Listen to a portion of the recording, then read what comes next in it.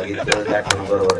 मला सगळ्यात मोठा आनंद आहे बोलण्यापेक्षा, माझे मुंबईकर आणि महाराष्ट्रातला सगळा मराठा आज एक जीवन एका जागेवर दिसला, त्याच्यापेक्षा काय आनंद असला. आणि जे जे करतोय त्याला यश यायला लागलंय तुमच्या ताकदीमुळे, दुसरं काय याच्यात काय अपेक्षा थोडेच कमी आहेत कोणी. आपल्याला जिथं हा काय म्हणतात ना, ते पाय टाकला की पाणी लागायला लागलंय तसं झालंय.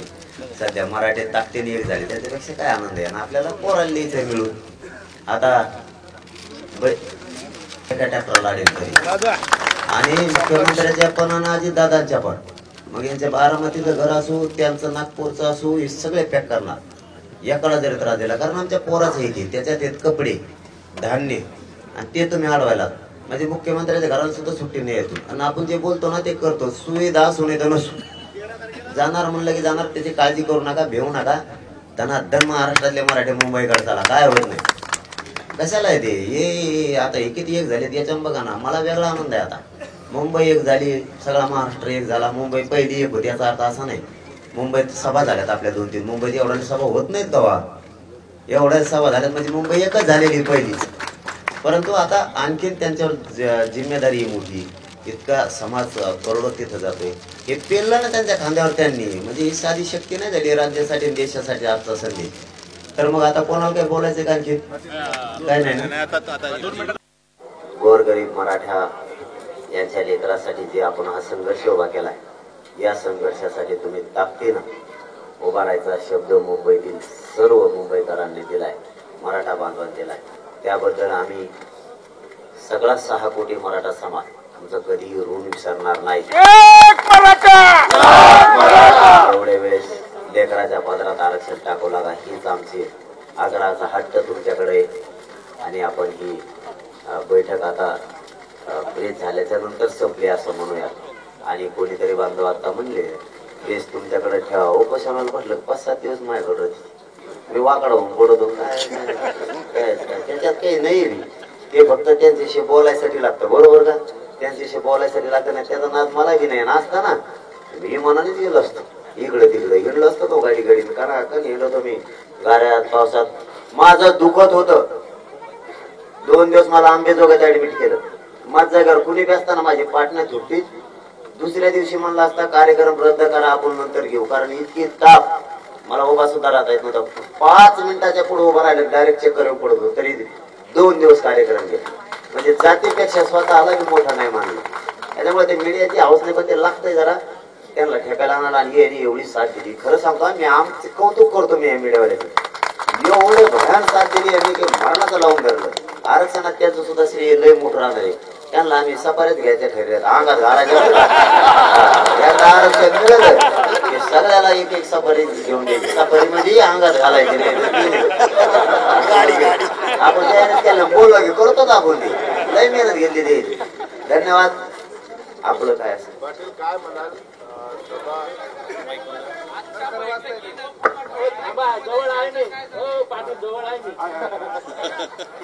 मला हे सांगा, जो उद्देश तुमचा होता बैठक घेण्यामागे मुंबईकरांना बोलवण्यामागे, तो सफल झाला का?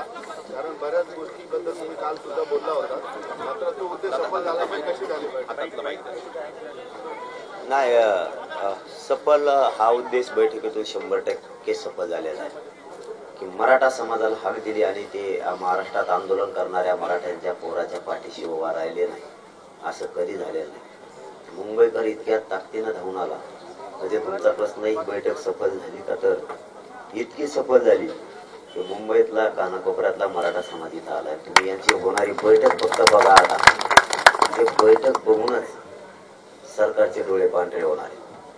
माझ्या गोरगरीब मराठ्यांच्या लेकरासाठी मुंबईतला घराघरातला मराठा आता एकत्र आलाय. आणि हे रात्रंदिवस कशी मेहनत घेते हे आपले सुद्धा बांधव दाखवते. आणि आम्हाला 100% खात्री, आरक्षण मिळेपर्यंत मुंबईतला एकही मराठा 1 इंच सुद्धा मागासा करणार नाही. हे खात्रीपूर्वक शब्द तुम्हाला आहे. मुंबईतले जे आपसाचे मतभेद होते ते सुद्धा मिटले असं मानतात? मतभेदच नव्हते. मतभेद असते इतक्या ना बालेत नसते. मतभेद नाहीत, काही नाहीत, काही नाहीत, काही नाही. मना लागत असतं गनिमी गावामध्ये त्याला सरकारलाच नाही का जमत. मग गनिमी गावा ते दाटून मध्ये त्याचं मग जमत नाही. मग कशाला बसला एकामेका शेजारी? हे आमचे मतभेद नाहीत काय नाही, लय मजा येते आमचं काम. आता बघा तुम्ही जिरी सांगते ती आता तिथे गेला.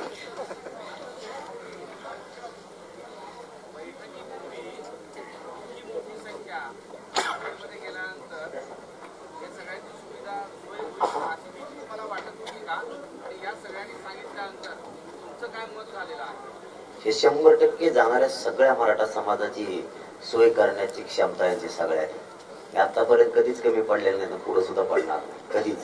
परंतु संख्याच इतकी जाणार आहे, त्यामुळे आम्हीच त्यांच्यावरती नाराजी व्यक्त करणार नाही. संख्याच इतकी राहणार आहे.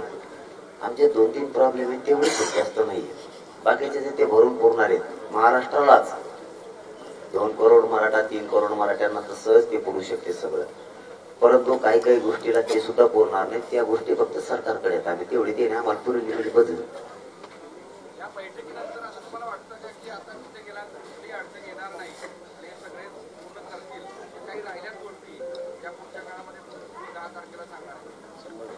नाही नाही, मी कुठंच कमी पडणार नाही. सगळ्या गोष्टीला हे पुरणार आहेत. आणि इथून पाठीमागे हे पुरून उरलेले सगळ्याला, सरकारला सगळ्यात भरणार. जेवढे आड हे देण्याला त्यांना सगळ्याला पुरून उरलेली. फक्त आता संख्या जास्त असल्यामुळं आमच्या काही वैयक्तिक अडचणी आहेत त्या सांगायसारख्या नाही. त्याला आता सरकारच काय, आता त्याला कोणीच पुरणार नाहीये. कारण त्यांचे पण आमच्यात सहभागी होणार आहेत, ते बी घरी बसणार नाहीयेत आता. त्यामुळे आमच्या समाजाला आरक्षण मिळवून देण्यासाठीच्या लढ्यात ते पूर्ण ताकदीनं पूर्ण क्षमतेनं तन मन धनानं सगळ्या ताकदीनं उतरणार. तुम्ही नुसतं उद्यापासून बघा, यांच्या गाड्या बदललेल्या दिसतील, यांच्या मुंबईत सगळं भगवं वातावरण झालेलं दिसल, मराठ्यांच्या गल्ली गल्लीत बैठका झालेल्या दिसतील. हे तयारी पूर्ण करतील, आम्हाला शंकाच नाही कशाच बाबतीत. कारण जर आज 400 किलोमीटरवर 500 किलोमीटर ते इथं आले तर त्यांनी सुद्धा दंड थोपटले जातात मराठ्यांना आरक्षण मिळून द्यायसाठी. कशातच कमी पडणार.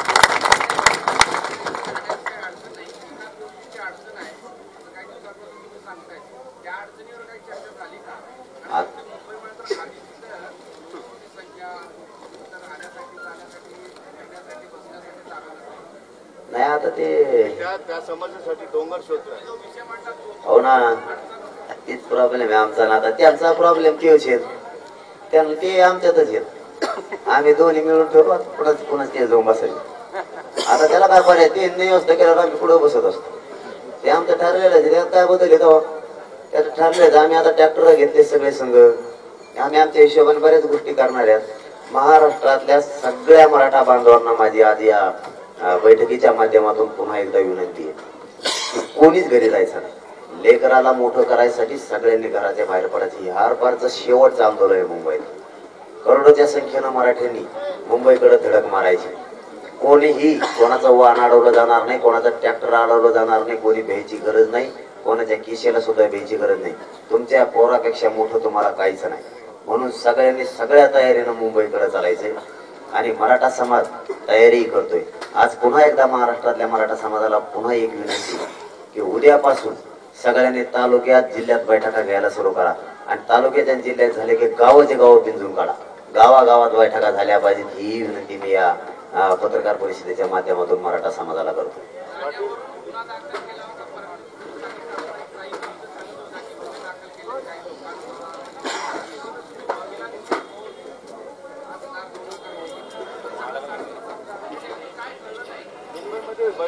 नाही नाही, बघा, काही मार्ग दाखवायला आम्हाला वकील बांधव लागतात. डॉक्टर आम्हाला गोळ्या औषध द्यायला पाहिजे. का वकील संघ घेतले म्हणजे काय केसच असते थोडंच असेल. वकील दुसरं काम करू शकते, वकील सोपे नसते भाऊ.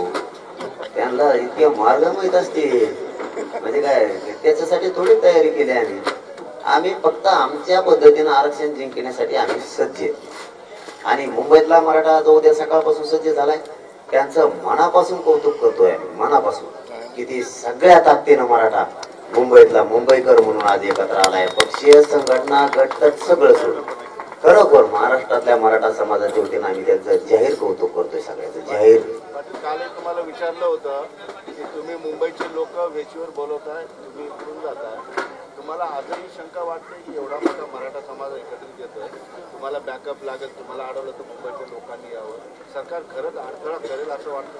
शंका आहे तुमच्यामध्ये? सरकार मराठ्यांना मुंबईत जाण्यापासून रोखणारच नाही, हे 100% सांगतो मी तुम्हाला. पण आम्हाला पाठीमागचे काही अनुभव आहेत आणि आम्ही त्यांना जाहीरपणानं सांगितलेलं आहे, आंतरवालीचा प्रयोग पुन्हा करायचं स्वप्न बघू नका. तुम्हाला ह्यावेळेस जड जाईल. कारण तुम्ही शांततेत मराठी तिथं आमरण उपोषण करायला यायला लागले. त्यांना शांततेत येऊ द्या. शांततेत तुम्ही गांभीर्यपूर्वक आंदोलन घ्या आणि संयमानं चर्चा करून चर्चेतून मार्ग काढून मराठा समाजाला ओबीसी प्रवर्गातून आरक्षण द्या, याच्यासाठी प्रयत्न करा. बाकीच्या भानगडीत तुम्ही पडू नका. आम्ही काय थोडे नाही जाताना जिंकून. आणि जरी अडवलं तरी चारही बाजून आम्ही सुद्धा तयारी केली. चारही बाजून आम्ही शांततेतच, आम्ही कोणावर हात वर सुद्धा करणार नाहीत, खाली सुद्धा करणार नाही. परंतु त्यांनी काही आडवं लावलंय की तिकडचे इकडचे चारही बाजूचे मिळून ते बाजूला लुटिणारच चालले आम्ही पुढे. हो, आम्ही हात नाही, आमचं आंदोलन शांतच राहणार.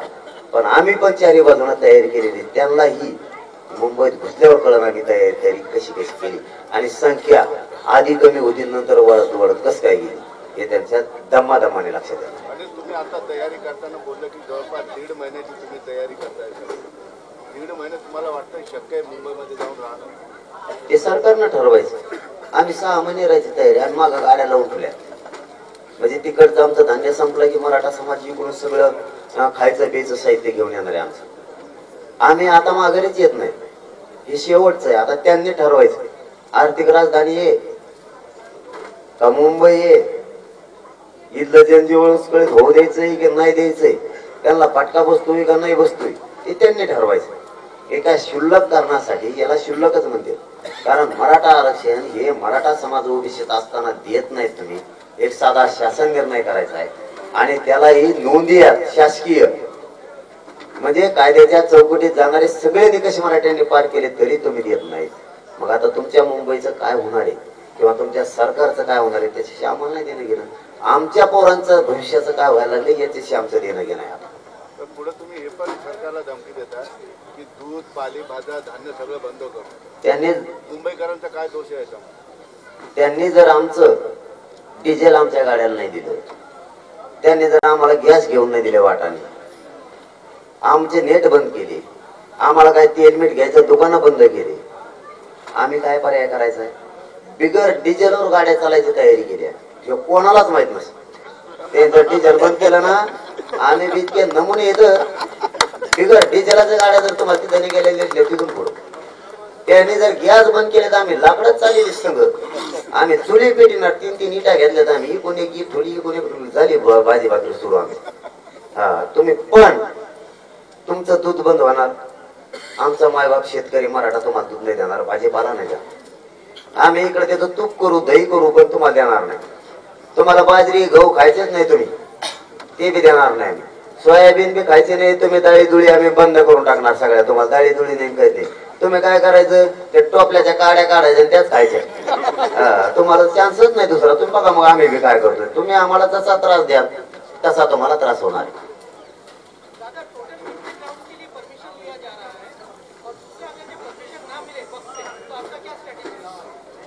नाही मिले तर तिथंच झोपेंगे आम्ही. तिथं जिथं गाड्या उभं राहील तिथं तिथंच आम सगळे बसलेवाले.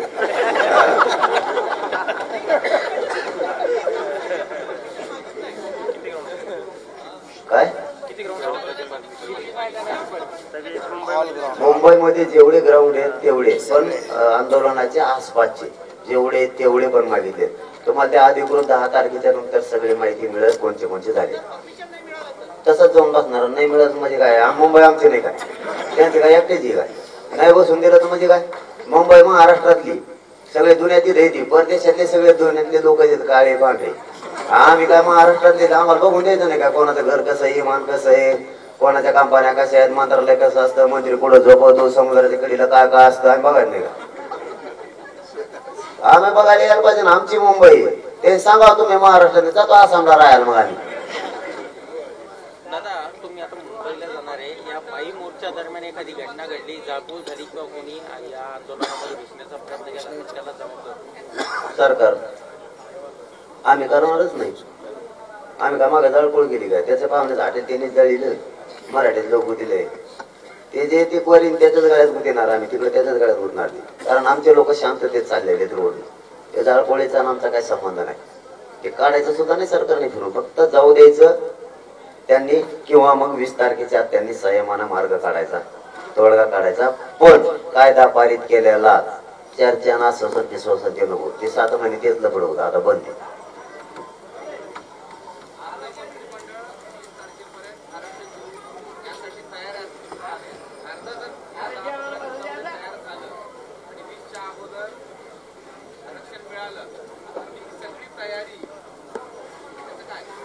म्हणजे आम्हाला म्हणजे काय दिल्यावर काय आम्हाला आवश्यक का मुंबई जायची? आमची फाईटच आरक्षणासाठी. नाही तिचं विजयात रूपांतर करून मग आम्ही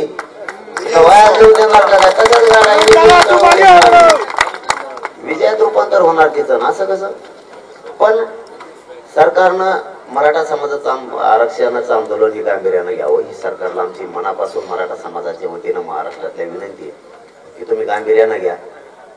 तुम्ही हसण्यावरती सहज हा मुद्दा नेऊ नका, कारण याचे दुर्गामी परिणाम खूप सरकारला मग भोगावे लागणार आहे. आम्ही मात्र मराठ्यांच्या पदरात आरक्षण टाकल्याशिवाय मुंबईसह महाराष्ट्रातला एकही मराठा हटणार नाही. आणि मराठ्यांनी उद्यापासून महाराष्ट्रातल्या घराघरातल्या मराठ्यांनी आंदोलनाच्या तयारीला लागावं, ही सगळ्याला विनंती. सगळ्या पत्रकार बांधवाच्या आणि मुंबईकरांचे मनापासून धन्यवाद.